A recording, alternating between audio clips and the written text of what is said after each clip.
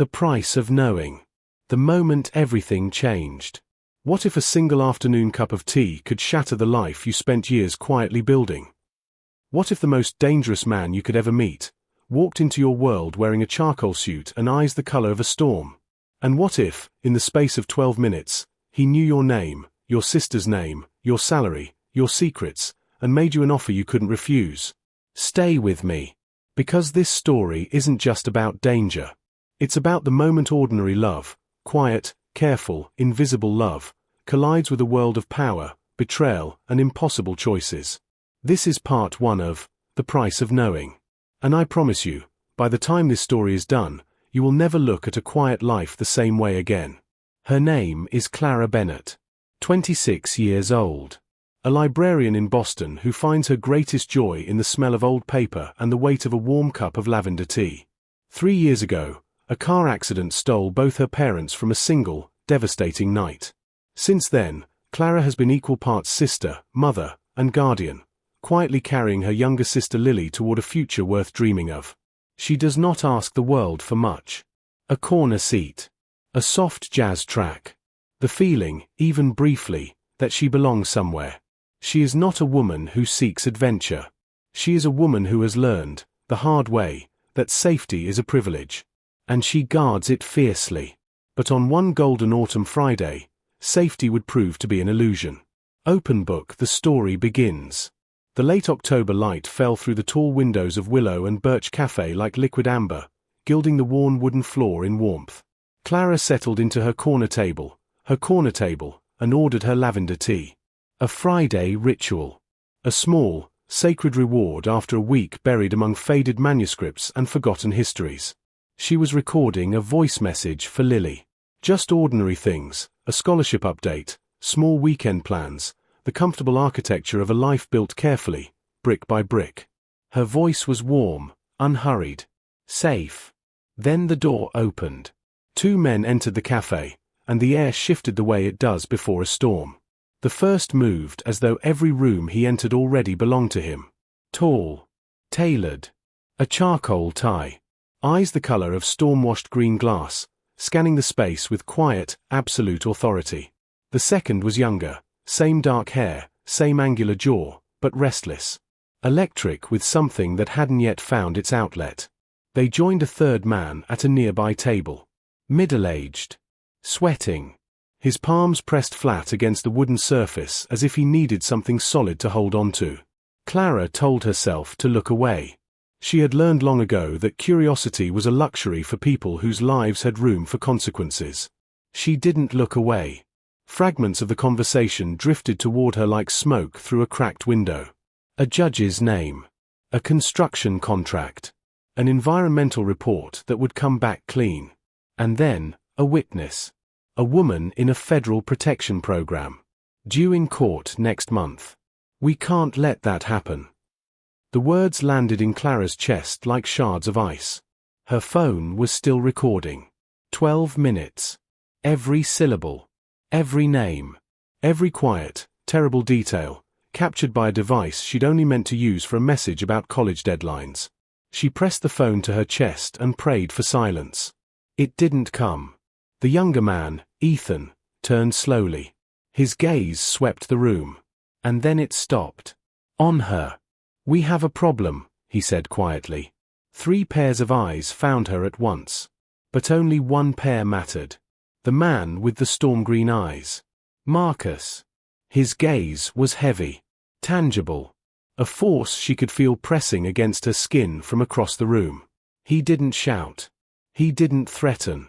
He simply smiled, polite, precise, and entirely terrifying, and said, "Would you come over here for a moment?" It wasn't a question. It was never a question. And just like that, Clara Bennett's quiet, careful, ordinary life reached its final page.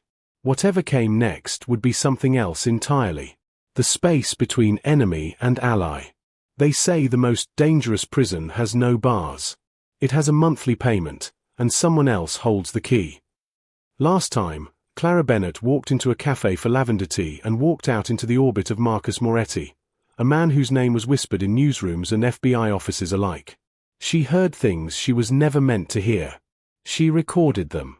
And now, she is trapped between a man who can make her problems disappear and a federal agent who is threatening to make her disappear if she doesn't cooperate. Welcome back. This is part 2 of The Price of Knowing. And this is where everything becomes complicated. Open book, The Gilded Cage. The contract arrived 2 days later. 12 pages, neatly titled, Cultural Consultant, Moretti Corporation. The first monthly deposit appeared overnight. $4,166. Clean, untraceable, generous beyond anything the Boston City Library had ever offered her. Lily's tuition cleared. The rent was paid 3 months in advance. The sleepless calculations that had haunted Clara's 2 a.m. hours, gone. And yet peace never came. She lived the way she imagined tightrope walkers must feel, balanced, breathless, one gust of wind from oblivion. Every morning she woke and checked her phone for messages she dreaded receiving. Every evening she returned to her apartment and checked the street below for faces she didn't recognize. She was safe. She was caged. And she was beginning to understand those two things were not opposites. Then one Tuesday afternoon, a blonde woman in a navy suit appeared at her desk in the archive room. Clara Bennett. A badge. Cold blue eyes. Agent Sarah Reynolds. FBI Financial Crimes Division. The air drained from the room. The deposits had been found. The thread connecting Clara to Marcus's world had been pulled, and now it stretched, taut and trembling, between two worlds that could not coexist. Help us build a case against Marcus Moretti, Reynolds said, spreading bank statements across the table like a dealer laying cards, or become part of it, as a defendant. 1 week. She was given. 7 days, paper-thin and fraying, before the FBI moved, with or without her. Open book, the man behind the myth. In the weeks that followed, Clara's meetings with Marcus grew more frequent. She told herself she was gathering information, observing, staying rational. She told herself this, and almost believed it.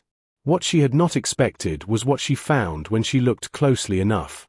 At a community event in Boston's Little Italy, a neighborhood heating drive sponsored by his corporation, she watched Marcus move through the crowd with the ease of a man who belonged there.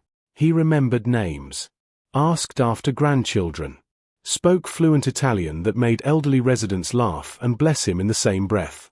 When he caught her watching, he tilted his head, almost amused. "You expected horns," he said.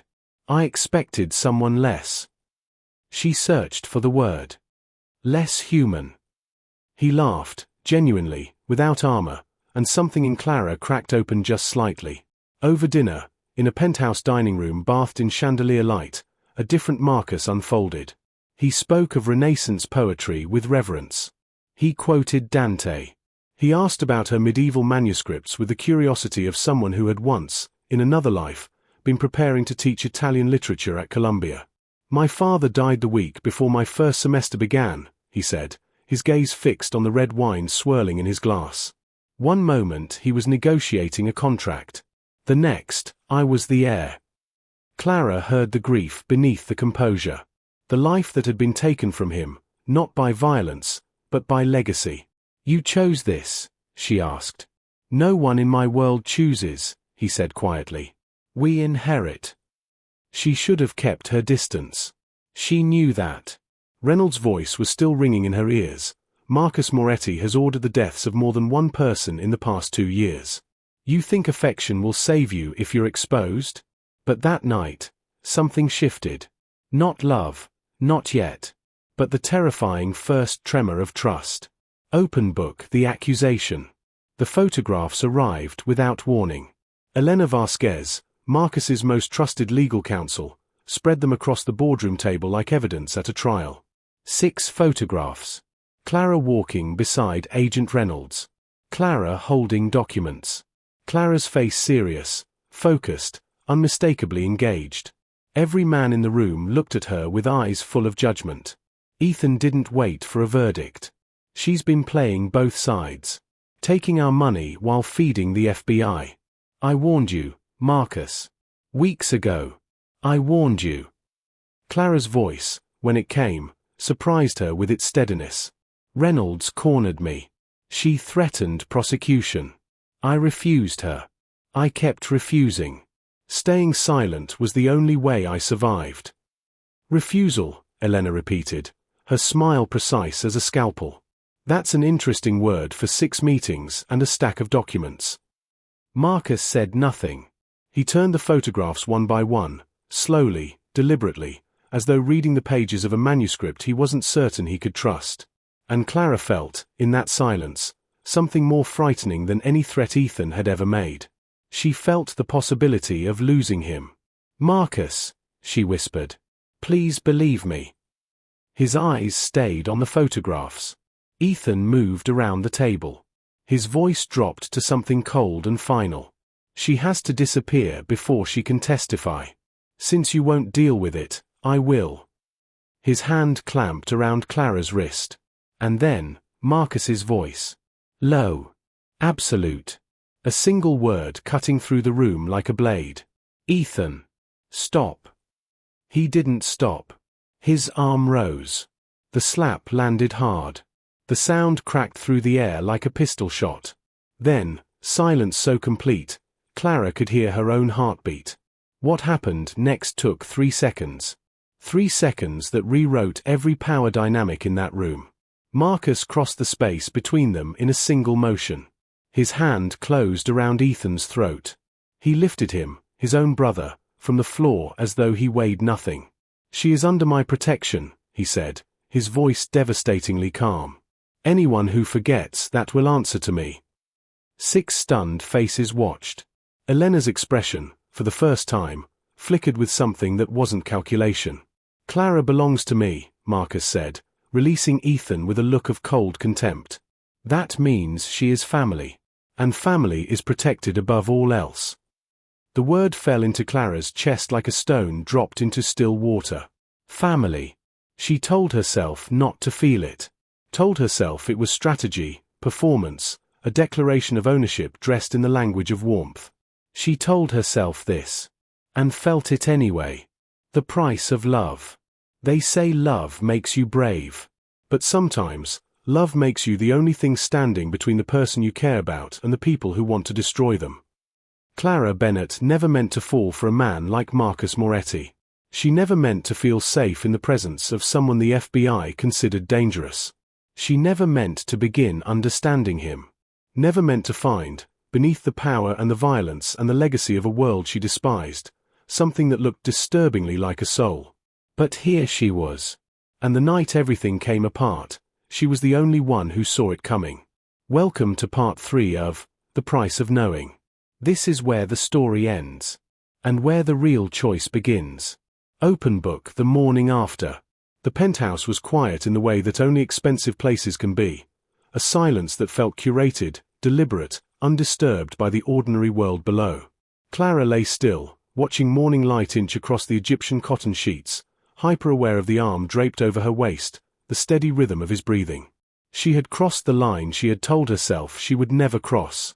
And the terrifying truth, the one she could no longer pretend away, was that she didn't regret it. She regretted nothing except the weight of what she knew. Her phone lay face down on the bedside table. She already knew what she would find. 23 missed calls from Reynolds. A message growing more urgent with each hour. "We know about your relationship. Everything has changed.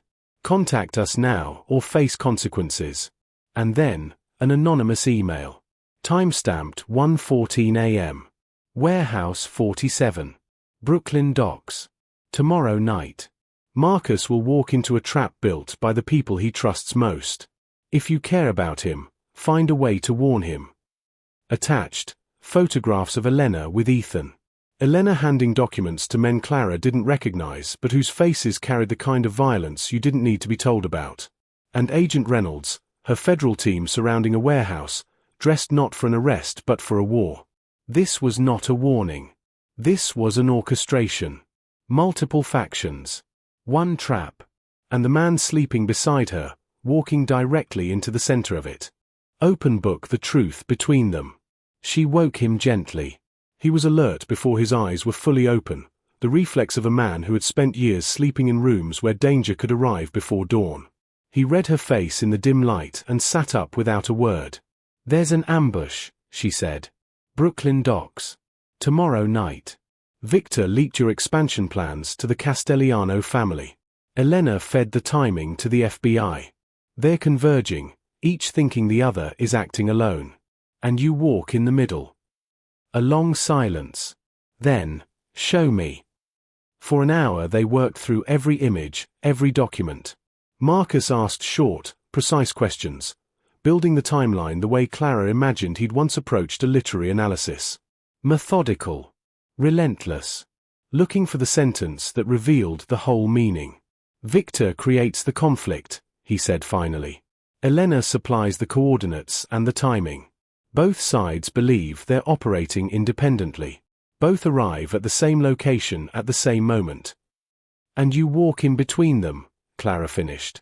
He looked at her for a long moment. Why are you telling me this? The question was genuine. Not a test. Not strategy. He truly wanted to know, why would the woman the FBI had been pressuring for months, the woman his own brother had tried to have removed, the woman who had every reason to let this happen, why would she choose him? Clara met his eyes without flinching. Because I don't want you to die. And because, whatever this is between us, it's the most honest thing in either of our lives right now. And I'm not willing to let someone else destroy it. Something moved behind his eyes. Something unguarded. Something that had no language in the world he usually lived in. He reached out and touched her face, the cheek that Ethan had struck, still faintly bruised. His thumb traced the edge of it with a tenderness so careful it almost broke her. I told you once that everyone in my world inherits their fate, he said softly. I think you might be the first person who has ever given me a choice. Open book, The Reckoning. What followed happened quickly and precisely, the way Marcus Moretti did everything once he understood the landscape. Victor was confronted with evidence before he could send his final confirmation to the Castellano family. The expansion plans were quietly retracted. The meeting at Warehouse 47 was rerouted to a location of Marcus's choosing, one that put no one at risk except the people who had arranged the ambush. Elena Vasquez resigned. Quietly. With a settlement that asked for nothing more than her silence and departure. The photographs she had used to condemn Clara were returned, and destroyed. Ethan was sent away. Not killed, not punished in the way his actions deserved, but removed. Sent to manage a subsidiary in Milan, far from the city, far from Clara, far from the version of himself that cruelty had been building toward. Agent Reynolds called once more. Clara answered. I am not your witness, she said. I was never your weapon. And if you move against him with what you have, which is nothing, I will spend every resource I have fighting it. A pause. Then Reynolds, her voice stripped of its usual precision. You know what you're choosing. Yes, Clara said quietly. For the first time, I do. Open book, The Ending Worth Earning. 6 months later, on a Saturday morning in early spring, Clara Bennett sat in a different corner of Willow and Birch Cafe. Same lavender tea. Same soft jazz. Same worn wooden floor polished smooth by generations of familiar footsteps. Different life. Lily had received her full scholarship, anonymously funded through a legitimate charitable trust that had nothing to do with shell companies or federal investigations. She was excelling. She texted Clara daily. She had no idea how close everything had come to unraveling. Clara was still a librarian. She had chosen to remain one. There was something important, she had decided, about choosing the work that made you feel most like yourself, even when other options presented themselves. The door opened. She didn't look up. But she knew his footsteps. Marcus sat across from her with a cup of coffee, black, no ceremony, and said nothing for a while. They had grown comfortable with silence in a way that people only do when they've seen each other at their most exposed. Lily got her exam results, Clara said finally, smiling down at her tea. I know, he said. She called me. Clara looked up. She called you. A small, unguarded smile crossed his face. She wanted to say thank you. She has your stubbornness, you know. And your eyes. Clara laughed, and it was the sound of something being set down. Something heavy she had been carrying for a long time. Outside, Boston moved on in its restless, golden way. The city that never truly slept, indifferent to the small, extraordinary story that had unfolded quietly within it. A librarian. A man who inherited a world he never wanted. A 12-minute recording. A choice made at 3 a.m. by someone who had every reason to look away, and didn't. Love, Clara had learned, was not a fairy tale. It was not rescue. It was not safety. Love was the moment you chose someone, fully, knowing the cost, and decided the cost was worth paying. If this story touched something in you, something you needed to hear today, then you are exactly why we tell stories like this. Because every one of us has stood at a crossroads. Every one of us has had a moment where the safe choice and the true choice pointed in opposite directions. And every one of us knows, in the quiet, honest part of ourselves, that the life we really want is always on the harder side of that divide. If Clara's story moved you, please, subscribe to this channel. Leave a comment below and tell us, what would you have done in her place? Would you have deleted the recording? Would you have trusted Reynolds? Or would you, like Clara, have chosen the terrifying, complicated, irreversible path of the heart? Share this story with someone who needs to hear it. Someone going through a hard choice. Someone who feels invisible. Someone who needs to be reminded that ordinary people, quiet people, careful people, people who just wanted a cup of tea, can become extraordinary in the right moment. We upload new stories every week. Turn on notifications so you never miss one. And remember, the most dangerous thing you can do in a world that wants you small, is to refuse to disappear. Herb, the life lesson of this story. The price of knowing is the loss of innocence. But the reward of knowing, truly knowing, is the only life worth living. Clara Bennett walked into a cafe as one kind of woman and walked out as another. Not because she sought adventure. Not because she was reckless or bold. But because she paid attention when it mattered. Because she refused to unsee what she had seen. Because she held onto the recording, not out of bravery, but out of the quiet, stubborn sense that truth has weight, and we carry it whether we want to or not. This story teaches us 4 things. The first, silence is not always safety. Clara's instinct was to erase the recording, forget the conversation, go back to her tea. And for a while, silence felt like the only sane choice. But silence, chosen out of fear, is never truly silent. It echoes. It follows you home. The brave choice is not always the loud one. Sometimes it is simply the choice not to pretend. The second, people are not their roles. Marcus Moretti was a criminal. He was also a man who had lost a father, inherited a life, and never been offered the possibility of choosing differently. Clara could have stopped at the label and been justified. Instead she looked deeper, and found the complexity that makes us human. We do not have to excuse cruelty. But we gain something irreplaceable when we refuse to reduce people to their worst. The third, love is not a rescue, it is a reckoning.